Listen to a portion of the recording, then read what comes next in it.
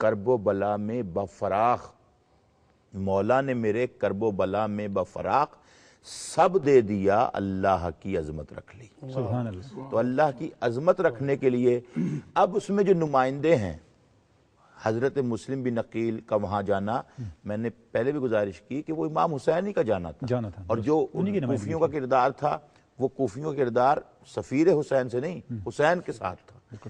اسی طرح سے لیکن جو وہاں انہوں نے کام خدمت انجام دی ہے، ہو سکتا ہے، میں تو یہ کہتا ہوں کہ کربلا کا آغاز کربلا سے نہیں ہوتا، کربلا کا آغاز کوفے سے ہوتا، بڑی بات۔ اور حضرت مسلم بن عقیل علیہ السلام نے جو وہاں کردار ادا کیا ہے، میں بالکل ایمانداری سے کہہ رہا ہوں وہی کردار ادا کیا ہے کہ اگر امام حسین علیہ السلام ہوتے تو وہی کردار ادا کرتے جو حضرت مسلم بن عقیل نے وہاں ادا کیا۔ یہ ڈاکٹر صاحب بہت ہی تفصیل کے ساتھ اور بہت ہی جامع انداز سے آپ نے اس بات پہ روشنی ڈالی کہ حضرت امام کے خطبات، حضرت امام کے خطوط اور حضرت امام کے کردار سے ہمیں کیا رہنمائی ملتی ہے۔ ناظرین، آج کی نشست میں ہم نے اس بات کو سمجھنے کی کوشش کی کہ کردار جو کربلا کا کردار ہے، امام پاک کا کردار ہے، اور کربلا کے اس واقعے کا ہر جو جزو ہے وہ کس طرح سے ہمیں روشنی اور پیغام دیتا ہے۔ حقیقت یہ ہے کہ کربلا صرف ہمارے لیے نہیں، اہل ایمان کے لیے نہیں، اہل اسلام کے لیے نہیں، انسانیت کے لیے ایک پیغام ہے، ایک مینارہ نور ہے۔ انسانیت کو بیدار تو ہو لینے دو، ہر قوم پکارے گی ہمارے ہیں حسین۔ ناظرین، اس کے ساتھ ہی آج ہم آپ سے اجازت چاہیں گے، اور اگلی قسط میں، اس پروگرام کے اگلے حصے میں انشاءاللہ ہم اس موضوع کے کچھ مزید پہلوؤں پر روشنی ڈالیں گے۔ اختتام سے پہلے میں آج اپنے معزز مہمانوں جناب ڈاکٹر مظفر عباس صاحب، جناب علامہ محمد حسین اکبر صاحب اور جناب ڈاکٹر سید شبیع الحسن صاحب کا شکریہ ادا کروں گا کہ آپ اسٹوڈیو میں تشریف لائے اور ہمارے ناظرین کے لیے آپ نے اتنی خوبصورت گفتگو فرمائی۔ ناظرین، خدا حافظ۔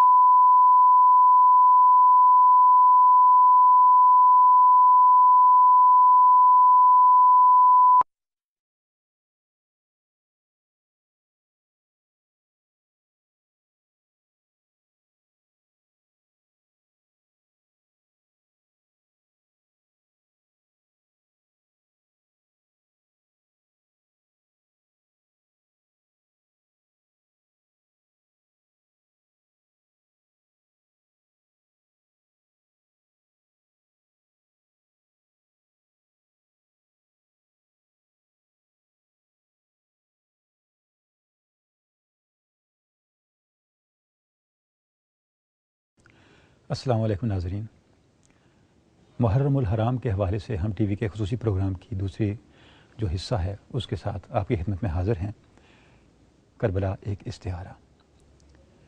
محترم ناظرین، اس پروگرام میں ہم یہ جاننے کی کوشش کریں گے کہ کربلا کی معنویت آج کے زمانے کے لحاظ سے کیا ہے، وہ کیا پیغام ہے جو ہمیں انفرادی زندگی ہو یا اجتماعی، قومی زندگی ہو یا بین الاقوامی، وہاں پر ہم کربلا سے روشنی لے کے آگے بڑھ سکتے ہیں۔